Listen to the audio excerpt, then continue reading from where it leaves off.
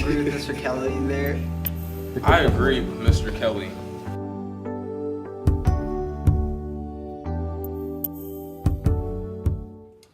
I have known Sumner since I was in the 5th grade and he was in the 6th grade. So it's been quite some time. And I honestly have no idea how long I've known Dallas because it's been a very long time.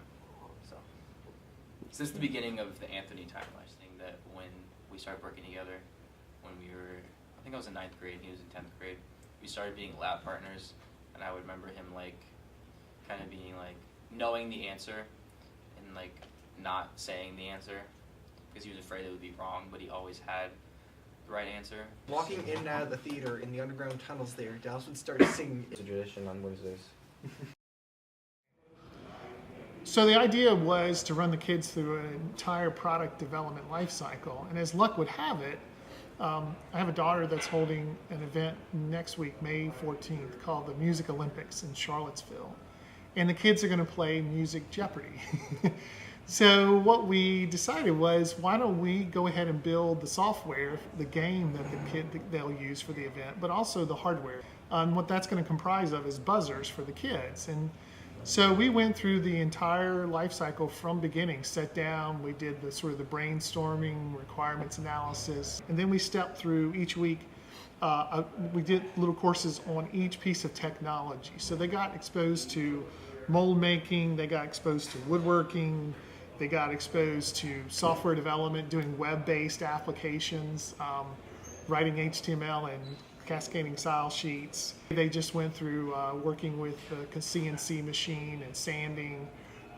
So they've really touched every element of this project all the way through. And Stocks lost nearly 6%, the biggest weekly drop in 10 years. United States. Several counties issued evacuation orders as forecasters predicted 3 to 5 inches of rain from the storm. Oh, Sumner. Sumner, I always can count on Sumner, and whatever question I'm asking or topic we're discussing or song we're singing, I feel like he's always 100% in. And I love that about him. I also love Sumner's fearlessness when it comes to singing, because when you're a boy and your voice changes, it's not always a predictable thing. And Sumner was always just willing to open his mouth and let's see what comes out. Sumner's piece, his original piece, what Sumner did, which was very zen, is he limited his pitches to a tone set. When we hadn't even necessarily discussed that specifically, but he did it intuitively and then created melodic material which sounds like Gregorian chant. So he had a great quote, "Only those who dare to fail greatly will achieve greatly." And that's all you need for a good song. Dallas is, in my words, a gentle giant. Very quiet guy, at least around me, and yet a very strong presence. And in music, and then one day, I remember looking over, we were doing a rhythmic dictation, I looked down and went, holy crow, he's got every single rhythm just right. You know, you were willing to sing, and you have a great voice. So Dallas, sing bass.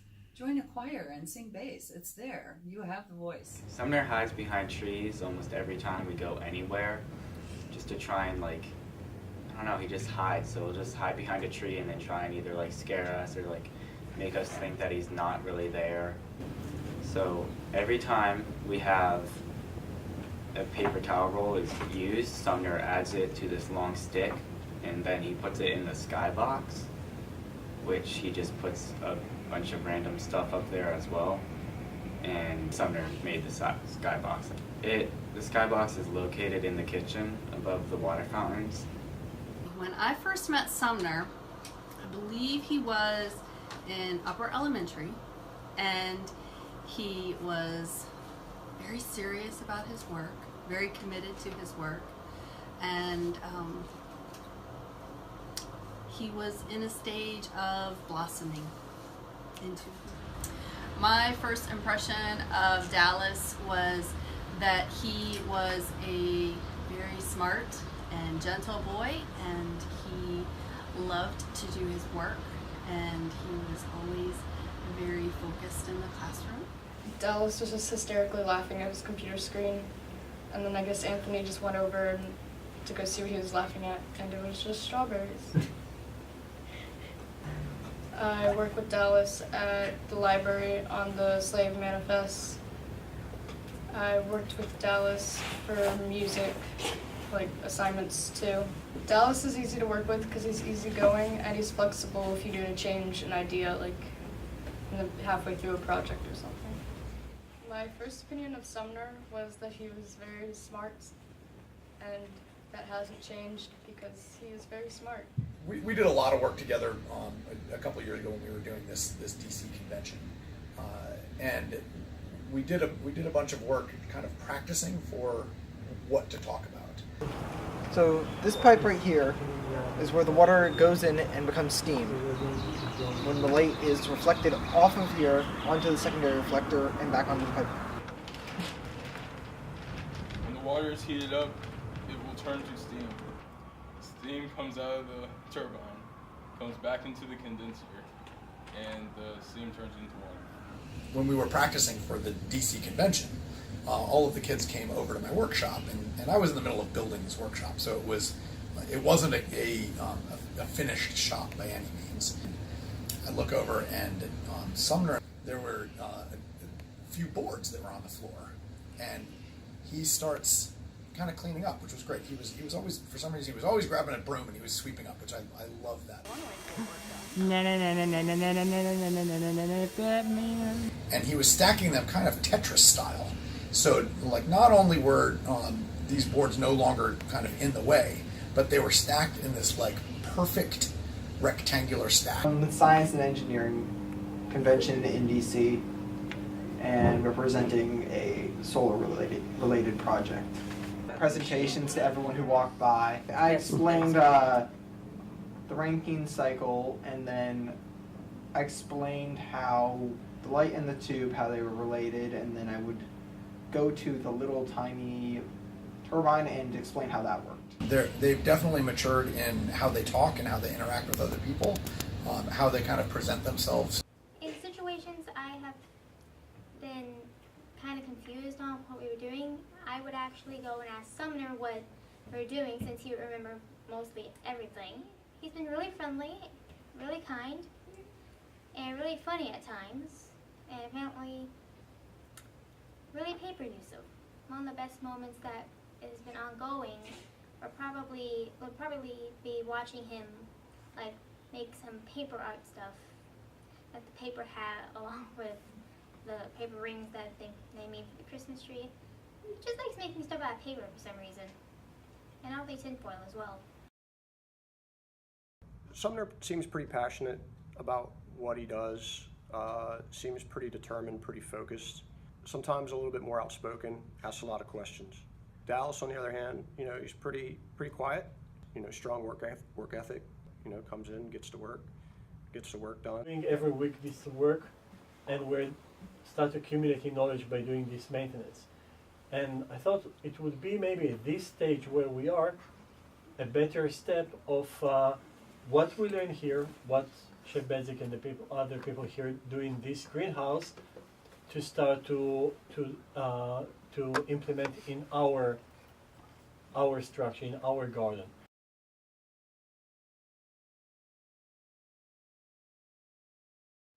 Dallas, I'll notice him when I walk in sometimes, and he'll be focused on his computer, and he'll just like be working hard, and it seems like he's a very hard worker. And there's Sumner, who also works really hard. At random times he'll just start looking up, though. He's a little, I don't know how to say it, like playful almost.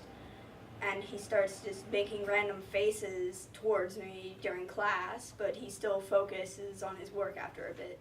My fondest memory of Dallas is, I think the fondest is the moment that I understood that Dallas has one face for adults and other face for kids.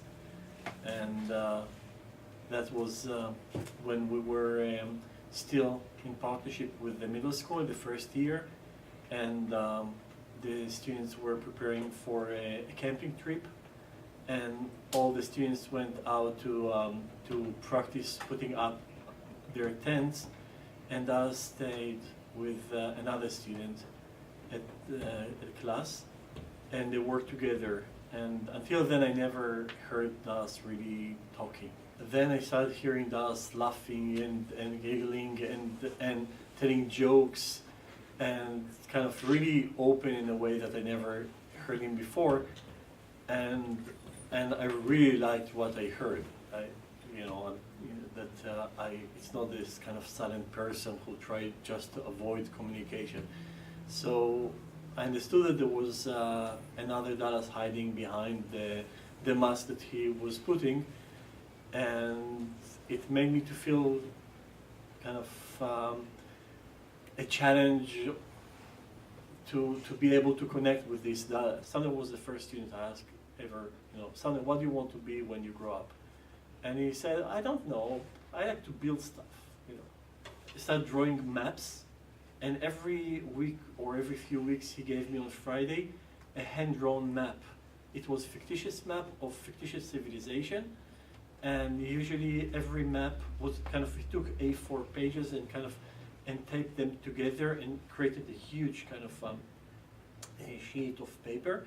And we used to sit on the floor, and it was drawn with pencil, and every such big map was interval of 50 years.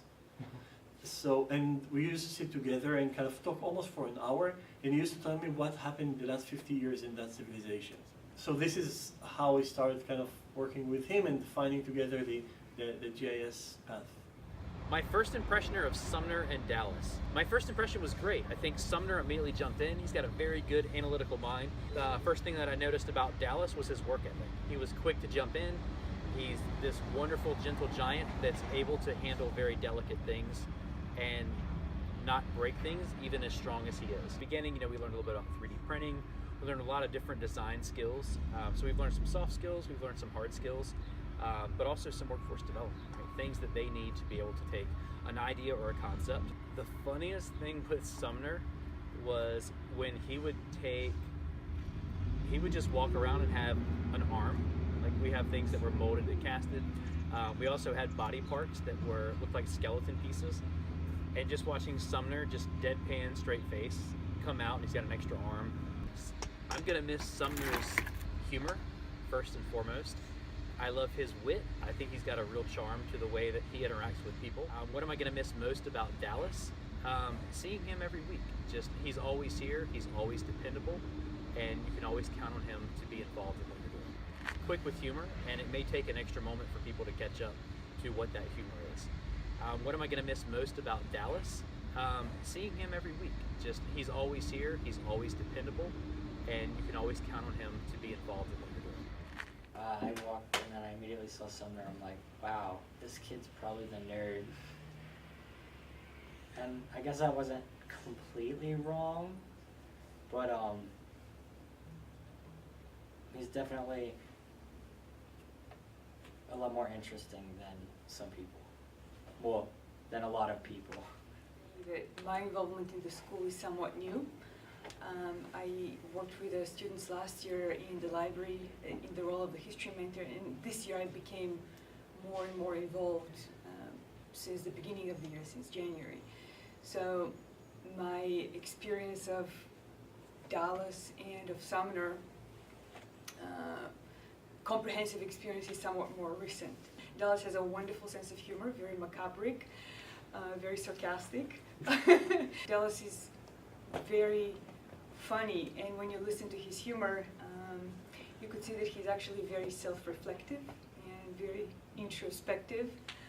If you manage to observe him in situations in which he lets off the guard a little bit, he's actually very enjoyable to be around. He's very, very funny. Usually cherish the time after most of the students have finished their lunch, and then Sumner pulls out his computer and starts finding all sorts of information about politics or about city government politics, road construction maps, anything, all sorts of facts which are quite fascinating. I'm always amazed at how much he manages to retain and connect different bits of information. So I always learn something new almost every day from Sumner after lunch. I am Sumner Darling's mother, Jill Dosey. I am related to Roadstead because we've been here since the beginning. We were very excited to have the next step developed for Sumner in his Montessori education, and it happened to come along at the right time. They have a thing in Montessori that's called the MAPS work, and it's where you take these trays out, and they have removable countries, pieces of metal, maybe sometimes they're wood, but his were metal, that you could take the countries out and you could make your own maps and put the pieces back in, and that's how you learned your countries. And he would tell me, again, when I'd ask him about the day, he'd say something like, "Oh, I really had the best time with maps. I did a great job with maps. I worked so hard on maps today." And I assumed he was taking advantage of the Montessori manipulative, which was the MAPS project. So on the last day of school, we go from the graduation, we go downstairs to go get all of the things to clean up the room. And they're packing up their backpacks and their lunch boxes and everything. And his teacher walks up to me, and she's walking at me with a ball of paper that's this big. It's easily 2.5, 3 feet by 2.5, 3 feet, 2.5, 3 feet. And she's walking at me, and it looks like a crumpled ball of paper. And I'm like, "Hello, Douglas, what is this?" And she said, "This is your son's map." And I said, "What do you mean this is my son's map?" It literally looked like a giant crumpled piece of paper. And she said, "Well, this is how he stored it, but when you lay it all out flat, it's a very large grouping of regular art paper pieces, all taped together to make one large map." And I said, "I don't understand." And she said, "Well, he wanted to work on this map, and he started off with the United States, and then he just kept going." First of all, we started teaching theater. We met at the Generic Theater, and because it was a political time, we started doing debates and mock interviews as if you were politicians, and it was more a speech class than anything else. And that was rather interesting. The things I remember about the Generic Theater was Dallas particularly, whenever we would be talking about a subject, his response was, "Yeah, what he said. Yeah, what she said." And I have seen that change and develop so much, where he has a lot more to say, and he has a lot more ideas that he will put forth rather than just saying, "Yeah, I agree with them." But then we took it to the step of, let's put them on camera. And so we did teleprompter work where you practiced being an announcer. We did interviewing each other. Then we moved into editing. But the biggest difference in working with all of the students was that it was looking for what the student could do, what the student liked to do, and working on making them part of every project. Once Dallas saw himself, once Sumner saw themselves actually being on camera, I saw a real progression in how they were able to present themselves on camera. And then to being actually a videographer at the Montessori school projects and the Nutcracker, and actually shooting, and then even going to Walsingham Academy as a job and shooting work that became something that was actually sold. So the biggest thing that I see is that all of the things that we've worked with have been life skills. With the positives that we got out of Montessori, what we saw, that's why we actually chose it, because we felt the education at the Montessori school was actually directed towards the child and for the child. And when you look at the public school system, they spent so much time on disciplining the few and not educating the masses. So yeah, we focused on Montessori because of that. Fewer students, more attention to the student. We feel it's going to be a much better education, and it turned out that way too. Mostly Dallas is still the same Dallas. He's still quiet and very reserved. And but as far as him being independent, I see a lot of that through the 4 years he's been here at the high school. He's grown up to be very studious. He's inquisitive. He still likes adventure. And so I think he's growing to be a great adult male. The most important thing for me that they will take from here to the rest of their life is the ability to be themselves.